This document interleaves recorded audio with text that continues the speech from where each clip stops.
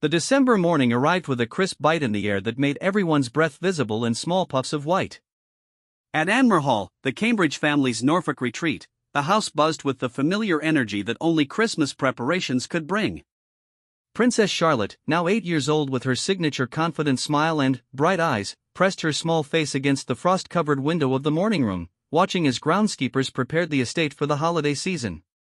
"Granny Carole is coming today," she announced to no one in particular, her voice carrying the excitement that only a child anticipating their grandmother's arrival could possess. Charlotte had always shared a special bond with her maternal grandmother, Carole Middleton. Unlike the formal protocols that governed many of her royal interactions, time with Granny Carole felt wonderfully normal and refreshingly genuine. Catherine, the Princess of Wales, looked up from where she sat sorting through Christmas cards that had arrived from around the world. Her mother's visits always brought a sense of warmth and familiarity that she treasured, especially during the holiday season when royal duties often felt particularly demanding. "She should be here any moment, darling. Why don't you help me with these cards while we wait?" But Charlotte's attention remained fixed on the window, her breath fogging the glass as she searched the long drive for any sign of her grandmother's approaching car. The relationship between Charlotte and Carole had blossomed into something truly special over the years. While Prince George often gravitated toward more active pursuits with his grandfather Michael, and little Prince Louis commanded attention simply by being the youngest, Charlotte found in Carole a kindred spirit who understood her unique position as the only daughter in the immediate royal family. The sound of car tires on gravel finally announced Carole's arrival. Charlotte immediately abandoned her post at the window and raced toward the front entrance, her footsteps echoing through the halls of Anmer Hall. Catherine followed at a more measured pace, smiling at her daughter's unbridled enthusiasm. The relationship between her mother and Charlotte had developed into something she found deeply moving to witness. It represented a bridge between the normal childhood Catherine had experienced and the extraordinary life her daughter was growing up in. When Carole stepped out of her car, Charlotte was already waiting by the door, practically vibrating with excitement. Carole, elegant as always but dressed casually in a cream-colored wool coat and practical boots, broke into a genuine smile at the sight of her granddaughter. At 68, Carole Middleton had learned to navigate the complexities of having a daughter married to the future king, but moments like these reminded her that family remained the most important foundation of all. "There's my Charlotte," Carole said warmly, opening her arms wide. Charlotte launched herself into the embrace with the complete trust that only exists between a grandmother and grandchild. The hug lasted longer than usual, and Catherine noticed how both Charlotte and her mother seemed to savor the moment.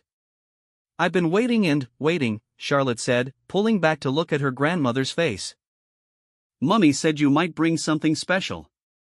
Carole's eyes twinkled with the mischief that Charlotte had inherited. "Well, that depends on whether you've been good this year.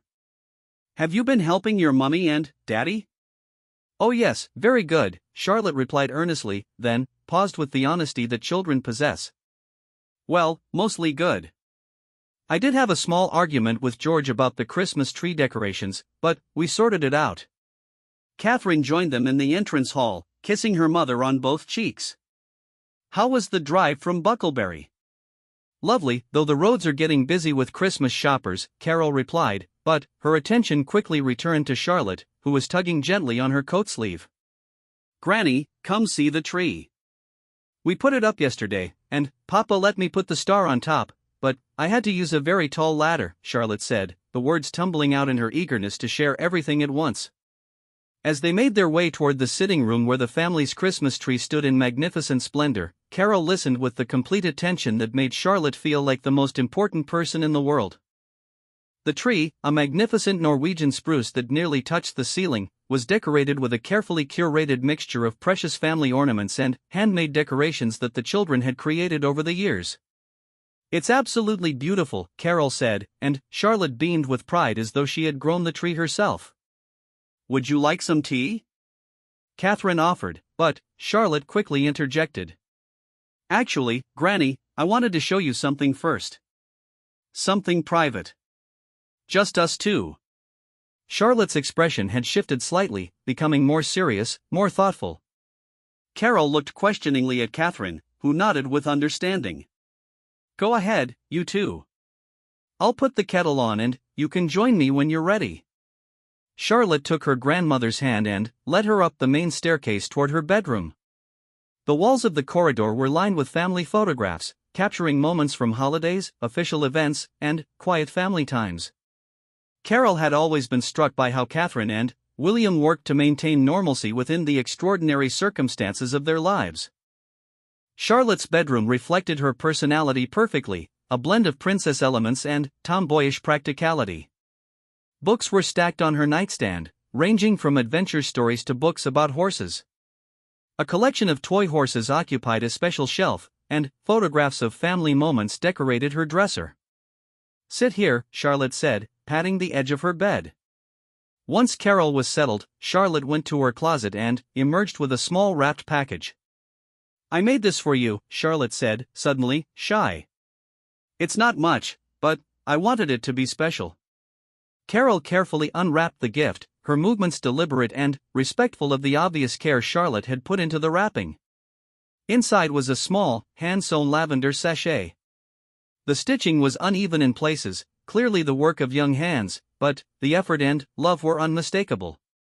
"I picked the lavender from our garden at Kensington Palace," Charlotte explained, watching her grandmother's face carefully. "And I learned to sew it myself. Well, Maria helped me a little bit with the difficult parts, but I did most of it myself." Carole held the sachet gently, bringing it to her nose to smell the delicate fragrance. "Charlotte, this is absolutely lovely. The most thoughtful gift I could imagine. Do you really like it?" Charlotte asked, her voice carrying a note of uncertainty that reminded Carole how much her approval meant to her granddaughter. "I don't just like it, darling. I treasure it. And, do you know why it's so special?" Charlotte shook her head, waiting for the explanation. "Because you made it with your own hands, thinking of me. That makes it more precious than anything money could buy." Carole pulled Charlotte close to her side. "But there's something else that makes this moment special." "What's that?" "The fact that you wanted to give it to me privately, just between us. That tells me you understand that some of the most meaningful moments happen when it's just family, just people who love each other." Charlotte nodded seriously, as though her grandmother had articulated something she had felt but couldn't quite express. "Sometimes I like the quiet moments best. When it's just us, without cameras or people watching." The honesty in Charlotte's voice touched Carole deeply. At 8 years old, Charlotte was already showing remarkable awareness of her public role while expressing a very natural desire for genuine, private connections. "That's very wise, Charlotte. Those quiet moments are indeed the most precious." Carole tucked a strand of Charlotte's hair behind her ear. "Can I tell you something?" "Of course. When your mummy was about your age, she felt the same way sometimes. She loved big family gatherings and celebrations, but her favorite times were often the quiet ones, when we would bake together in the kitchen, or read stories before bed, or just talk about whatever was on her mind." Charlotte's eyes brightened with interest. "Really? What kind of things did Mummy think about when she was little?" "Oh, all sorts of things. She wondered about fairness, about why some people had more than others.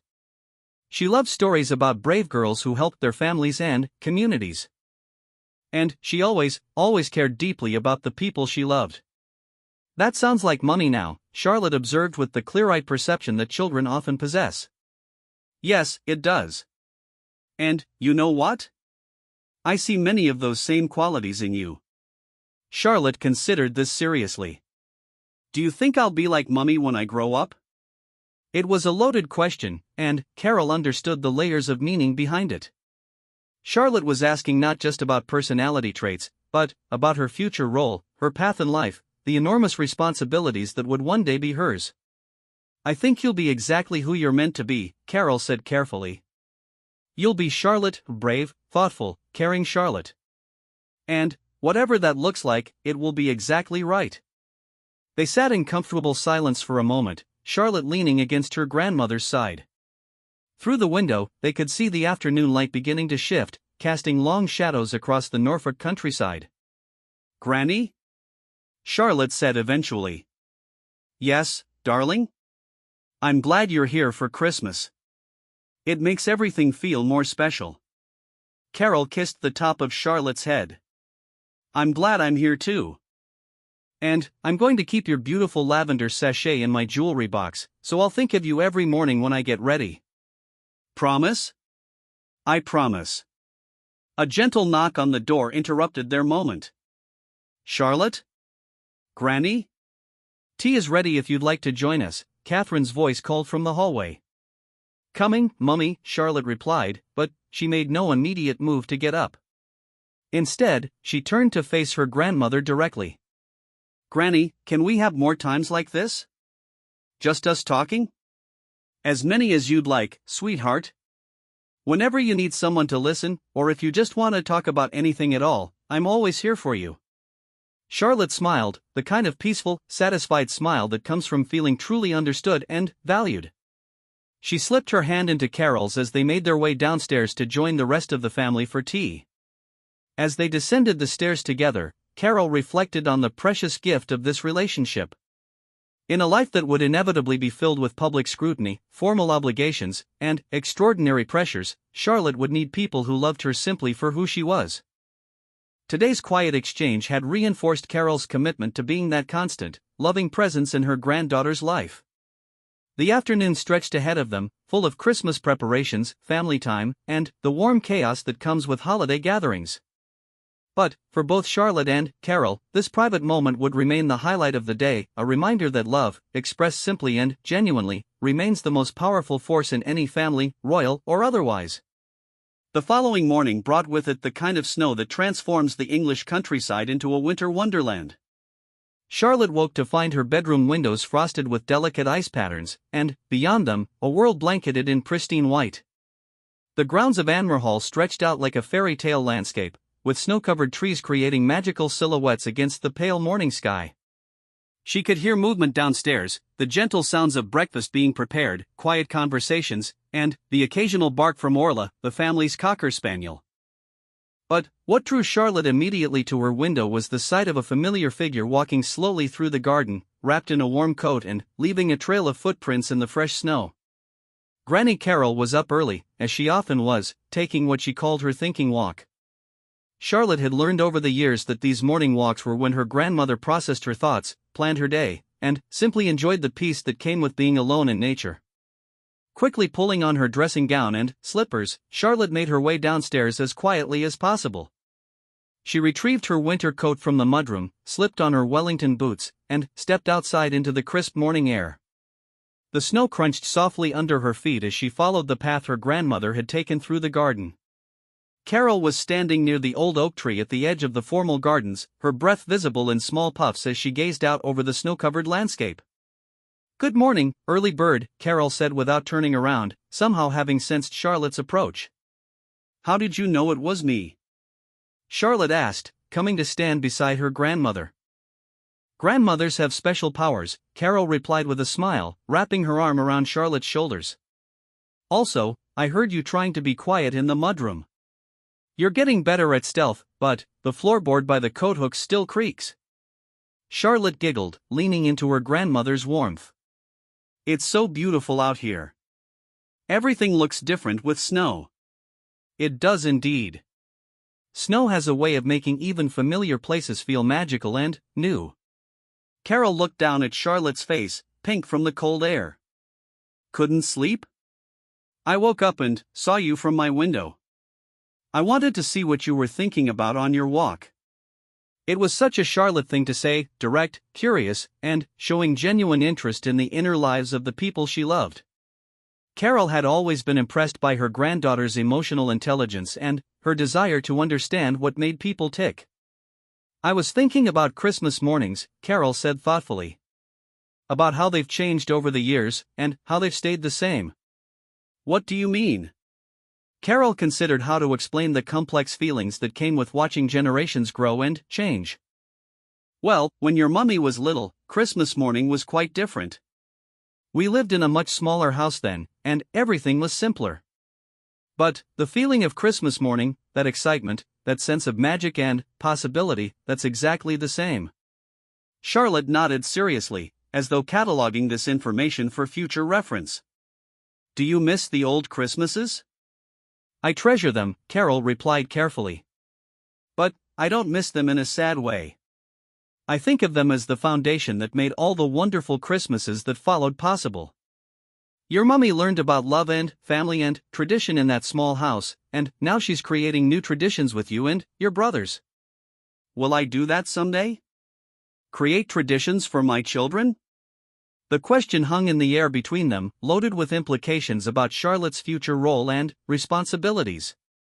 Carole chose her words carefully, understanding that Charlotte was beginning to grapple with questions about her destiny that most 8-year-olds never had to consider. I believe you will, Carole said gently. And I think you'll be wonderful at it because you understand what matters most about traditions. What's that? That they're about bringing people together, making them feel loved and secure, and creating moments that people will remember with happiness for the rest of their lives. They continued walking through the garden, their footsteps creating a new path in the unmarked snow. Charlotte picked up a handful of snow and examined it closely, marveling at the intricate patterns of individual snowflakes before they melted against her warm gloves. Granny, can I ask you something that might sound silly? Nothing you ask me is silly, darling. Do you think I'm normal? I mean, I know my life isn't normal, but do you think I'm a normal person inside? Carole stopped walking and turned to face Charlotte directly. This was clearly a question that had been weighing on her granddaughter's mind, and it deserved a thoughtful response. Charlotte, you are absolutely a normal person inside. You have the same feelings, the same needs for love and understanding, the same curiosity about the world that any child has. What's different is some of the circumstances around your life, but circumstances don't change who you are at your core.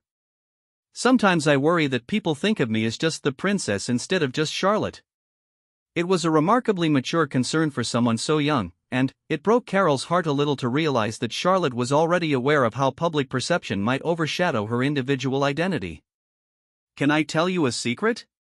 Carole asked. Charlotte nodded eagerly. The people who really matter will always see Charlotte first. Yes, you're a princess, and that's part of who you are and always will be. But, to your family, to your real friends, to everyone who loves you, you're Charlotte first, funny, smart, kind, sometimes stubborn Charlotte who loves horses and makes beautiful lavender sachets and asks thoughtful questions about life. Is that how you see me? That's exactly how I see you. When I look at you, I see my granddaughter who cares about fairness, who stands up for her brothers even when they annoy her, who notices when people are sad and wants to help them feel better. The princess part is just one aspect of all the wonderful things that make you who you are. Charlotte seemed to absorb this, her expression thoughtful. They had reached the edge of the garden where a small wooden bench sat beneath an apple tree. Despite the snow, they decided to sit for a moment, brushing off the wooden seat before settling down. Granny, what was the best Christmas present you ever got when you were little? Carole smiled at the question, grateful for Charlotte's ability to shift the conversation to lighter topics when deeper discussions became too heavy. Oh, that's easy. When I was about your age, maybe a bit younger, I desperately wanted a dollhouse. Not just any dollhouse, but a specific one I had seen in a shop window when reading. It was beautiful, 3 stories with tiny furniture and even tinier people. I thought about that dollhouse constantly. Did you get it? I did, on Christmas morning. My parents must have saved for months to buy it.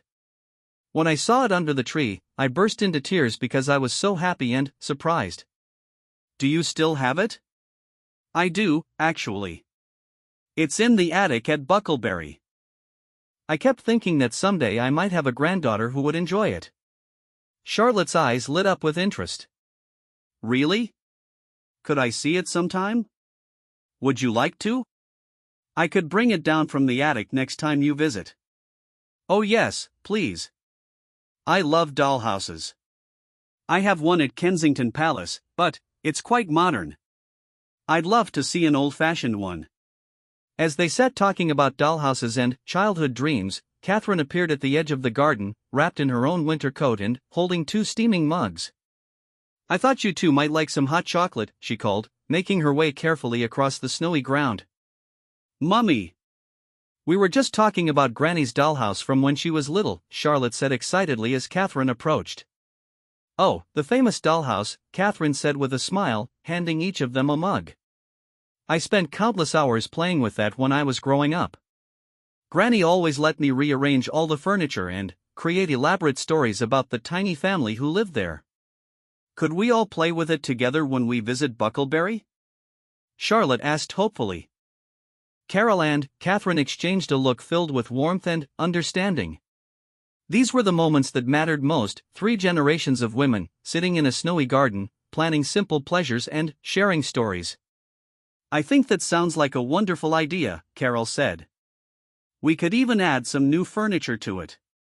I saw some beautiful miniature pieces at a craft fair recently." As they sat sipping hot chocolate and planning future dollhouse adventures, Charlotte felt a deep sense of contentment. This was what she loved most about time with Granny Carole, the way ordinary moments became special simply because they were sharing them together. "What time does everyone else wake up usually?" Charlotte asked, glancing back toward the house. "George and Louis should be stirring soon," Catherine replied. "And your father mentioned wanting to take everyone sledding this morning if the snow holds." "That sounds brilliant," Charlotte said enthusiastically, then paused. "But could we finish our conversation first? I like having quiet time with Granny before the day gets busy." Catherine felt a surge of pride at her daughter's emotional awareness and her clear articulation of what she needed. At 8, Charlotte was already learning to identify and ask for what nourished her emotionally. "Of course, darling. Take all the time you need." As Catherine headed back toward the house, Charlotte and Carole settled more comfortably on their bench, despite the cold. There was something about the peaceful morning, the pristine snow, and the comfortable silence between them that neither wanted to rush. "Granny?" "Yes, sweetheart? I hope when I grow up, I remember to make time for quiet conversations like this with people I love." Carole felt her heart swell with emotion at Charlotte's words. "I think you will, Charlotte. I think you'll be very good at taking care of the people in your life." "How do you know?" "Because you're already doing it. Right now, at 8 years old, you're thinking about what makes people feel loved and valued. That's not something you learn from books or lessons, it's something that comes from inside, from who you are as a person." They finished their hot chocolate in comfortable silence, watching as the sun climbed higher in the sky and began to make the snow sparkle like thousands of tiny diamonds. Soon, they would head inside to join the rest of the family for breakfast, and the day would fill with the happy chaos of Christmas preparations and winter activities. But, for now, they sat together in the peaceful garden, grandmother and granddaughter, creating another quiet moment that would join the collection of treasured memories they were building together, one conversation at a time. Christmas Eve afternoon arrived with a flurry of activity that filled every corner of Anmer Hall. The Wales family had gathered together for their traditional celebration, and the house buzzed with the kind of organized chaos that only comes with holidays and multiple generations under one roof. George and Louis raced through the corridors, their excitement barely contained as they counted down the hours until Christmas morning. William had enlisted them in various important tasks that were really just designed to channel their energy constructively. In the large kitchen, preparations for Christmas dinner were well underway. Catherine worked alongside the household staff, her hands covered in flour from the batch of mince pies she was preparing. The kitchen filled with the warm scents of cinnamon, nutmeg, and vanilla, the fragrant promise of tomorrow's feast.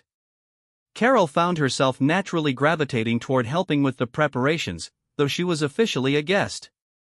Old habits from years of family entertaining died hard, and she couldn't resist lending a hand where needed.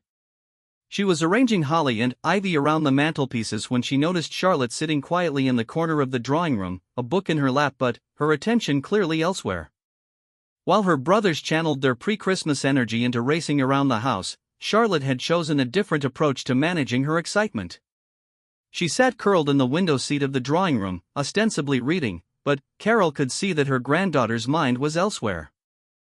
The book, a story about a girl who discovered she could talk to horses, remained open to the same page it had been on 20 minutes earlier. "Penny for your thoughts?"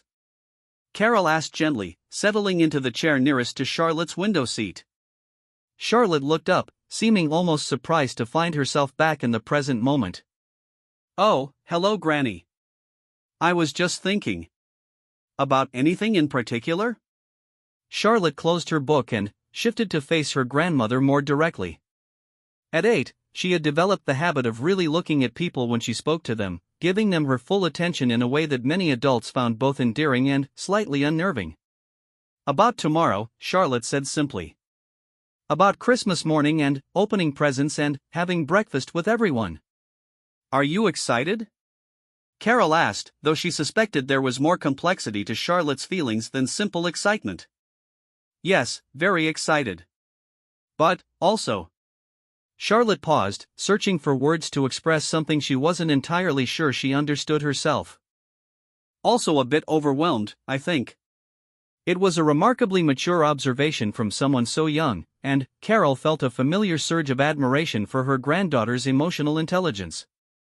Charlotte had always been introspective, but lately, she seemed to be developing an even deeper awareness of her own feelings and reactions. Can you tell me more about what feels overwhelming? Charlotte considered the question seriously.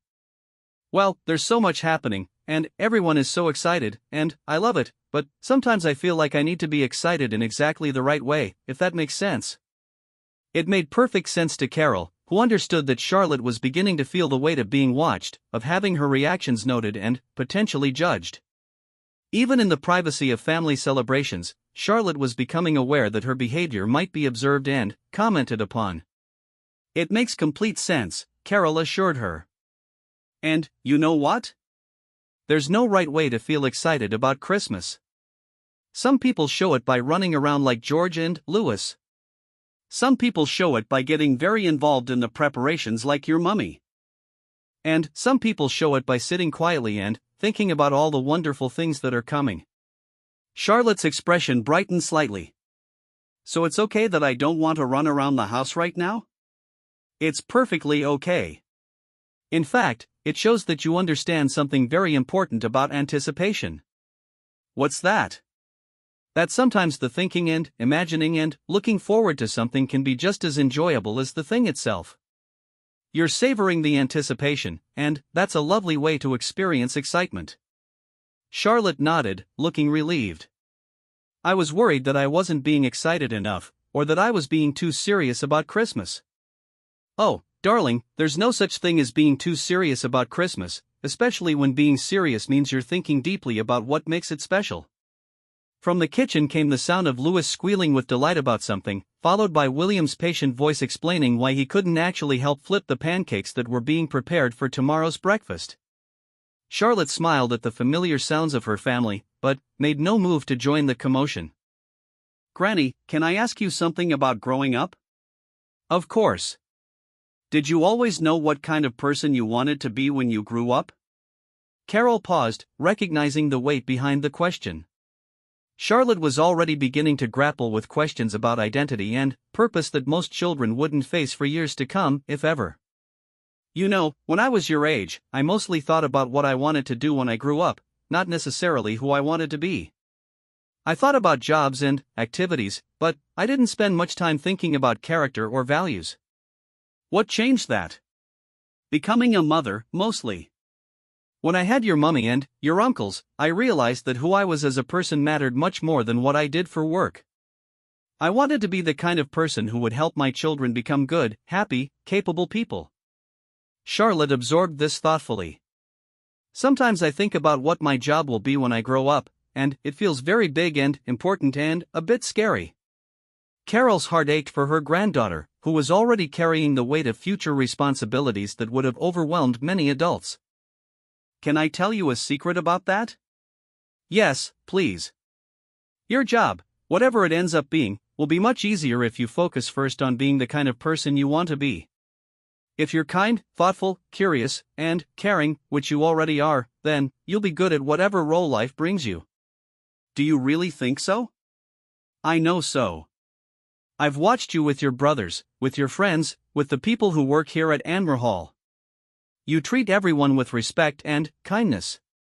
You notice when people need help or when they're feeling sad. You ask good questions and you listen to the answers. Those qualities will serve you well in any role. Charlotte seemed to consider this carefully. Sometimes I worry that I won't be good enough for whatever I'm supposed to do when I grow up. the vulnerability in her voice nearly broke Carole's heart. 8 years old, and already carrying the weight of expectations that she barely understood but somehow felt responsible for meeting. "Charlotte, look at me," Carole said gently. When Charlotte met her eyes, Carole continued, "You are already more than good enough. You are exactly the right person to grow up to be you. There has never been another Charlotte exactly like you, and there never will be again. That's not scary, that's wonderful. But what if I make mistakes? Then, you'll learn from them and become even better. Making mistakes is how people grow and improve. Even grown-ups make mistakes all the time. Do you make mistakes?" Carole laughed gently. "Oh my goodness, yes. Just last week I completely forgot about a commitment I had made to help with a charity event. I had to make several embarrassing phone calls to sort it out." "What did you do?" "I apologized sincerely, I found a way to make it right, and I put better systems in place so it wouldn't happen again." That's what you do with mistakes, you acknowledge them, you fix what you can, and you learn from them. Charlotte seemed fascinated by this glimpse into the reality of adult life, where even grandmothers made mistakes and had to figure out how to handle them. "Granny, do you think Mummy ever worried about being good enough when she was little?" "I think your mummy worried about many of the same things you worry about. She wanted to do well in school, she wanted her friends to like her, she wanted to make her family proud. But she didn't have to worry about quite the same kinds of responsibilities that you're already thinking about."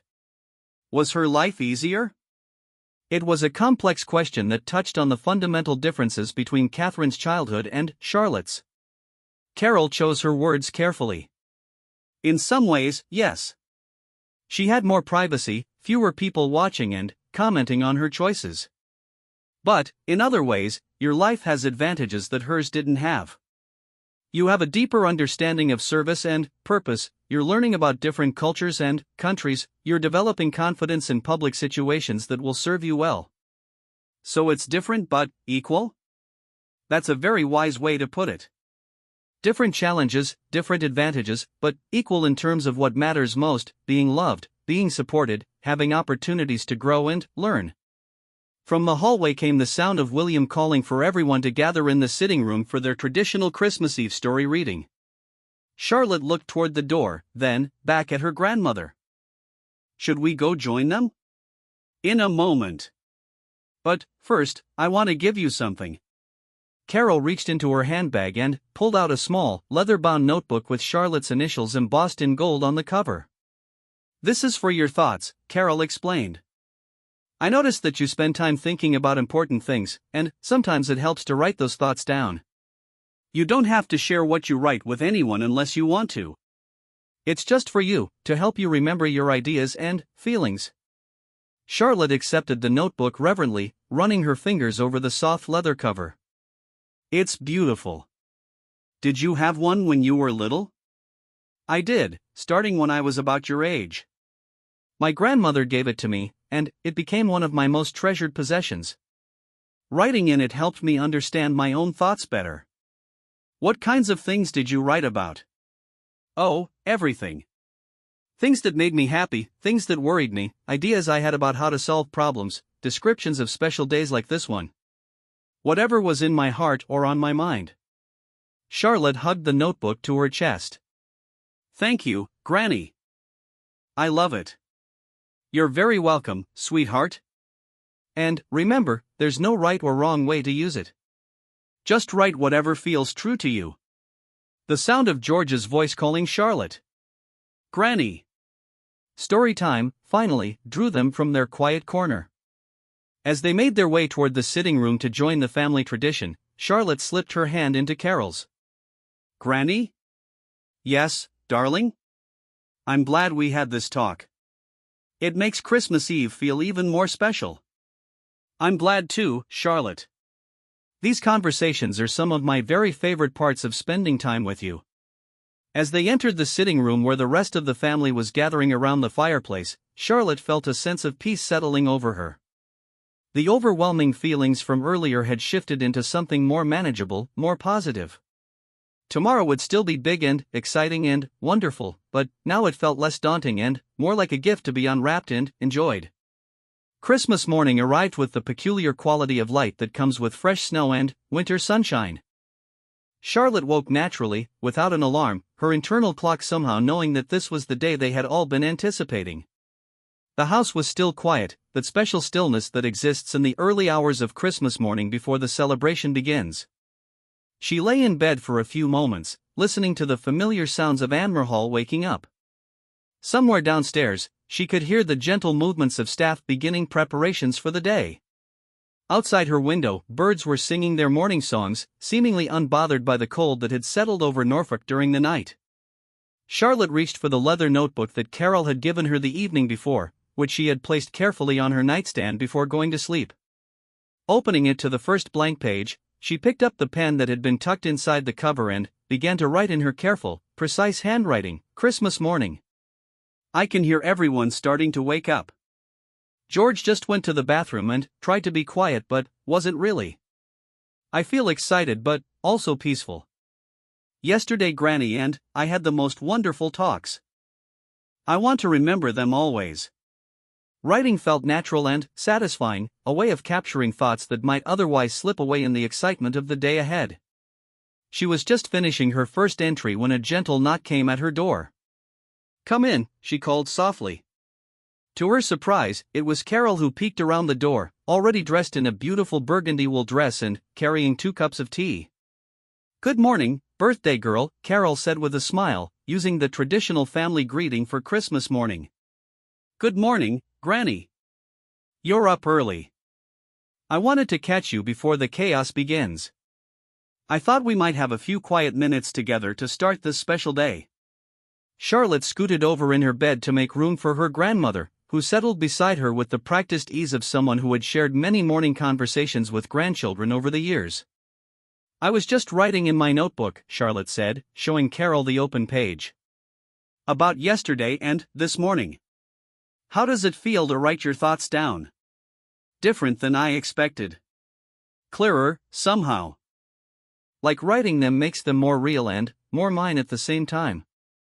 Carole nodded with understanding. "That's exactly how I felt when I started keeping a journal. There's something powerful about seeing your thoughts in your own handwriting." They sipped their tea in comfortable silence, watching the winter morning grow brighter outside Charlotte's window. In the distance, they could see the grounds of Anmerhall stretching toward the horizon, everything covered in pristine snow that sparkled in the early sunlight. "Granny, can I ask you something about family traditions?" "Of course, darling. How do you know which traditions to keep and which ones to change as families grow?" It was such a thoughtful question, revealing Charlotte's awareness that traditions weren't fixed things but living practices that evolved with time and circumstances. "That's a wonderful question, and I think the answer is different for every family," Carole began thoughtfully. "But, in general, I think you keep the traditions that bring people joy and help them feel connected to each other, and you let go of the ones that feel forced or outdated. What about starting new traditions?" "New traditions usually grow naturally out of what a family enjoys doing together. Like our Christmas Eve conversations, those weren't planned as a tradition, but they become one because we both value them." Charlotte considered this. "So traditions are really about what makes people feel loved and connected?" "Exactly. The specific activities matter less than the feelings they create and the memories they help build." From down the hall came the unmistakable sound of Louis waking up with his usual Christmas morning enthusiasm, a series of excited exclamations followed by footsteps running toward his parents' room. "Sounds like our quiet morning is about to become a busy one," Carole observed with amusement. "I'm ready for it now," Charlotte said, and she genuinely was.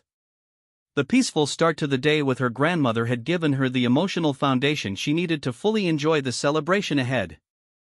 "Before we join the circus downstairs, I have something for you," Carole said, reaching into the small bag she had brought with her.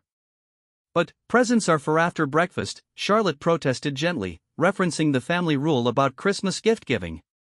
"This isn't exactly a present. It's more of a practical item," Carole said with a mischievous smile that Charlotte recognized as the same expression she often wore when she was planning something special. Carole pulled out a small, elegant pen with Charlotte's initials engraved on the side. "This is for your journal. A proper pen for a proper writer." Charlotte accepted the pen with reverence, understanding immediately that this was more than just a writing instrument. It was a symbol of being taken seriously as someone whose thoughts and observations had value. "It's beautiful, Granny." "Thank you. Every important writer needs a good pen. And I have a feeling you're going to write many important things over the years." The sound of multiple footsteps in the hallway indicated that the rest of the family was officially awake and beginning to gather. Charlotte could hear George's voice explaining something excitedly to William, and Catherine's gentle responses as she helped Louis get ready for the day. "Shall we go join them?" Carole asked. "Yes, but first." Charlotte opened her notebook again and quickly added to her morning entry, "Granny gave me a beautiful pen and called me a proper writer. I think this is going to be the most wonderful Christmas." As they made their way downstairs together, Charlotte felt a deep sense of gratitude for these quiet moments with her grandmother.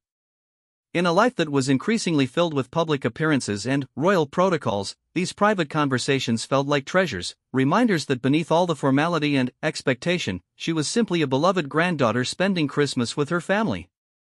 The sitting room was already alive with activity when they arrived. George and Louis were examining the presents under the tree with the focused attention of investigators, careful not to touch but clearly cataloging every wrapped package. William was starting a fire in the fireplace, and Catherine was arranging serving dishes for the breakfast that would precede gift opening. "There are our early birds," William said warmly as Charlotte and Carole entered the room. "We were wondering where you two had gotten to." "Just having some grandmother-granddaughter time," Carole replied, winking at Charlotte. The morning unfolded with all the joy and gentle chaos that defines family Christmas celebrations. Breakfast was eaten with barely contained excitement, presents were opened with appropriate ceremony and genuine appreciation, and the house filled with laughter and conversation. But, throughout the celebration, Charlotte found herself treasuring the quiet moments as much as the exciting ones. When she caught her grandmother's eye across the room as George demonstrated his new football skills in the sitting room, when Carole helped her set up the new art supplies she had received, when they worked together in the kitchen preparing vegetables for dinner, these moments felt like extensions of their early morning conversation. As the afternoon wore on and the family settled into the peaceful lull that follows the morning excitement, Charlotte found herself back in her favorite window seat, her new journal open in her lap. She was writing about the day, trying to capture not just what had happened but how it had felt. Carole found her there as the winter light was beginning to fade, settled comfortably with her pen and notebook. "How's the writing going?" Carole asked, settling into the nearby chair. "Really well. I'm trying to write about how Christmas feels, not just what we did. That's the mark of a true writer, being interested in feelings and meanings, not just events." Charlotte looked up from her writing. "Granny, I wanted to thank you for this weekend. Not just for the presents, but for all our talks and quiet times together." "You don't need to thank me, sweetheart. Spending time with you, really talking with you, is one of my greatest pleasures. It's mine too. And I've been thinking about what you said about traditions and families growing. Oh, I hope that when I grow up and have my own family someday, I'll remember to make time for quiet conversations like ours. I want to be the kind of person who notices when someone needs to talk or just needs someone to listen." Carole felt her eyes fill with tears at the wisdom and compassion in Charlotte's words. At 8 years old, her granddaughter was already thinking about how to nurture and care for future generations. "I have absolutely no doubt that you will be exactly that kind of person," Carole said softly. "You already are." As the Christmas afternoon settled around them, grandmother and granddaughter sat together in comfortable companionship, Charlotte writing in her journal while Carole worked on some embroidery she had brought with her.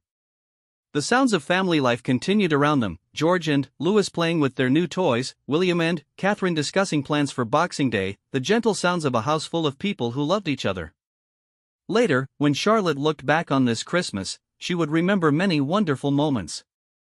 The joy on Louis's face when he opened his new toy train set, the way George had carefully helped her adjust the saddle on her new toy horse, the delicious dinner they had all prepared together, the evening games and stories by the fireplace. But the moments she would treasure most, the ones she would write about in detail in her journal and carry with her always, would be the quiet conversations with Granny Carole. The gentle wisdom shared, the feeling of being truly seen and understood, the sense that her thoughts and feelings mattered to someone she respected and loved.